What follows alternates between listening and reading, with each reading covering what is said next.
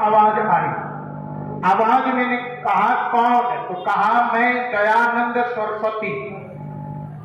तो कहा यहां किस लिए आए हो? कौन दयानंद सरस्वती? कहा मैं भारत का उद्भव विद्वान, जितने भी शास्त्र ग्रंथ आदि जितने भी संसार में हैं पोथी पत्रा सबको मैंने कंठस्थ आज पढ़ के आया हूं। तो कहा अब क्या करने के लिए आया हूं? तो इधर मुझे शांति नहीं मिला है और वह शक्ति भक्ति रूपी शांति को प्राप्त करने के लिए मैं आपके पास आया हूं।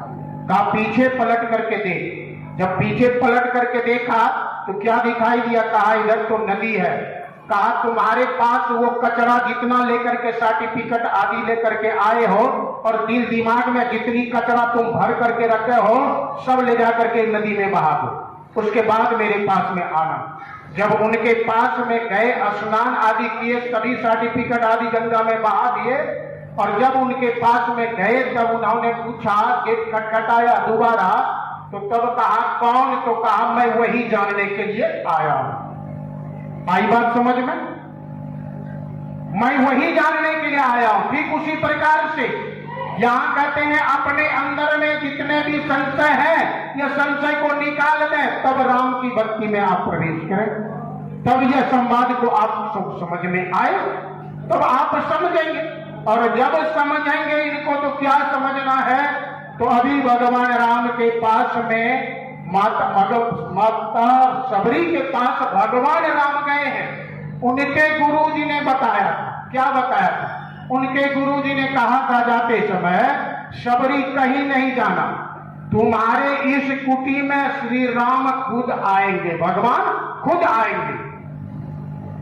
हम लोगों को संकेत क्या किया है गुरु जी ने? निज तन में खोज सज्जन, बाहर न खोजना, अपने ही घट में हरि है, अपने में खोजना। यह घट कहाँ है? रामचरितमानस के अंदर में या कुप्पा घाट में या मनियारपुर में? कहाँ मिलेगा हम लोगों को?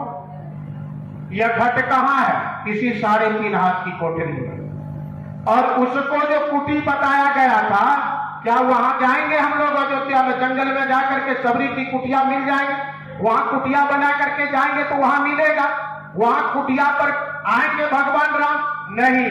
अगर वहां नहीं है तो यह भी बात बताते हैं कि निजतन में खोज सज्जन, तो इसका मतलब है अयोध्या राम में जन्म लिया था, तो आज भी अयोध्या है। और वो अयोध्या का अवध कहां? जहां राम निवास हो, जहां राम का निवास स्थान है। तो राम का निवास कहां है? इसी 3.5 हाथ की कोठरी में।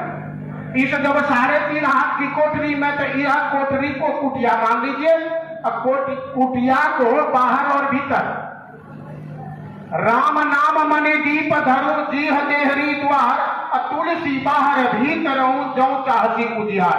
अगर उजाला चाहते हो तो कहते हैं कि जीव के देहरी द्वार पर आप रखो। जीव का देहरी द्वार कहाँ है? इस ओट को कहा गया जो राम राम करते हैं। और हम लोगों को राम राम किस तरह से करने के लिए कहा? आवाज दे करके नहीं, हम जहां बैठे हैं वहीं से। तो हम जिस कुटिया में उसका देहरी दरवाजा को, चौखट को कहते हैं, तो हम जहां रहते हैं उसको हमको समझना होगा। हम रहते हैं इस 3.5 हाथ की कुटिया में, और हम रहते हैं 3.5 हाथ की कुटिया में, जहां इसी कुटिया में बाहर और भीतर होगा। तो यह 3.5 हाथ की जो कुटिया, ध्यान पूर्वक सुनेंगे, यह जो 3.5 हाथ की कुटिया है, नीचे ये जो है ये बाहर है, और ऊपर माता आंख के नीचे बाहर और आंख के ऊपर भीतर है। इसी में आंख के पास आपका स्थान है और वही देहरी द्वार है, वही आप रहते हैं। और वहां बैठ करके जब आप राम का जपन, गुरु मंत्र आदि सुषमना में बैठ करके आप ध्यान करेंगे तो आपका भीतर और बाहर दोनों उजाला होगा। आपके भीतर में राम का प्राकट्य होगा। आप वहीं पर बैठ करके निर्देश करते हैं। आपको भगवान राम जो गए हैं वह सबरी माता को उनके गुरु ने बताया, आपके गुरु ने बताया इसी शरीर में। तो इसी में हमको राम को खोजना है, तो वही स्थान है, इसी 3.5 हाथ की कुटी में हमें खोजना है। वही देहरी द्वार है, उसी पर बैठ करके हम राम को टकटकी लगा करके देखेंगे। हम लोगों का यहाँ का राम का दर्शन करने का किस प्रकार से दर्शन करने के लिए बताया गया है? यहाँ कहते हैं कि जो बिंदु का रूप है वह समझिए कि राम मणि है, वह राम मणि का मणि माणिक है।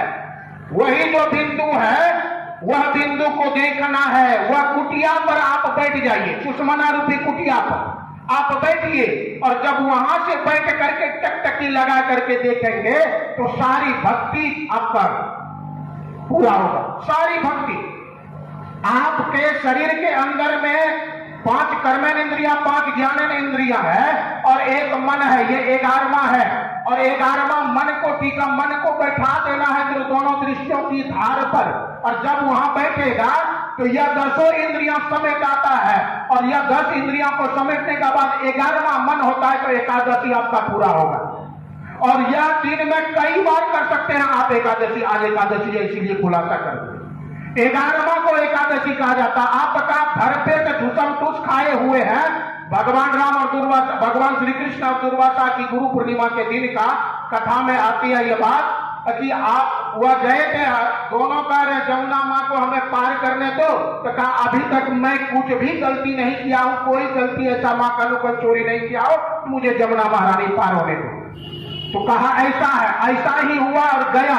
और दुर्वासा ऋषि उधर कहते हैं कैसे पार होकर के आई उधर से, कहा ऐसा कृष्ण ने कहा। तो कह देना जाकर के मैं आज दिन तक कुछ नहीं खाया हूं, और यह बात सत्य है, तो मजमना रास्ता देना। अब भगवान वह दुर्वासा ऋषि खा रहे हैं, और दुर्वासा ऋषि खा रहे हैं, और इसके लिए इस जगह बताया जा रहा है। ठीक उसी प्रकार से हम लोगों को समझना है, संकेत है कि हम लोगों को बता दिया कि इस सुषमना में बैठ करके जब हम अंतर्ध्यान में चलेंगे तो वह रास्ता आपका मार्ग खुलेगा, और वह जब रास्ता और मार्ग आपका खुलेगा आपके सामने में परमात्मा का प्रकट होगा। आपका जो ज्योति स्वरूप है वही तो राम है, वही तो कृष्ण है, वही आदि शक्ति है।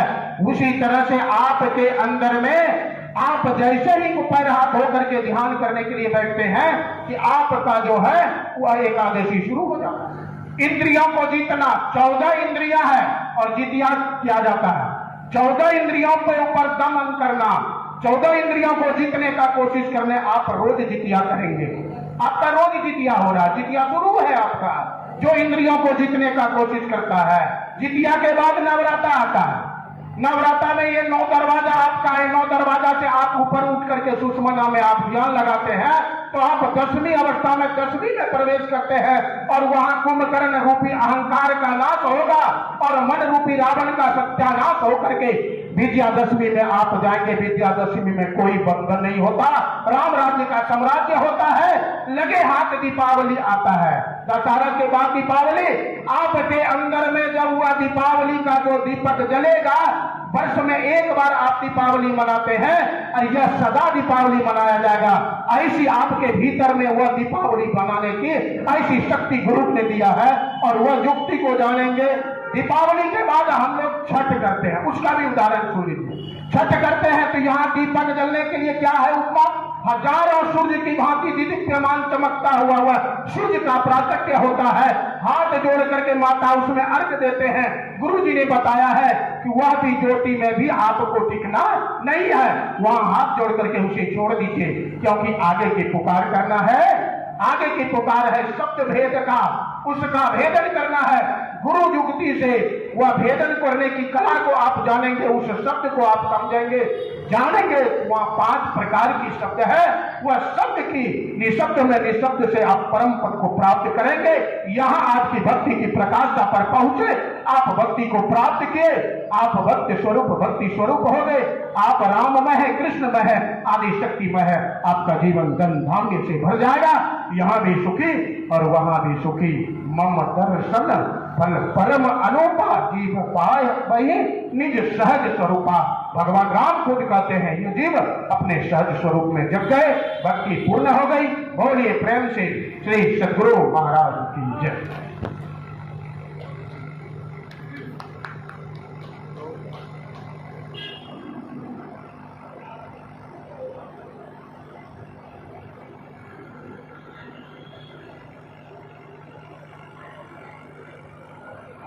हाँ।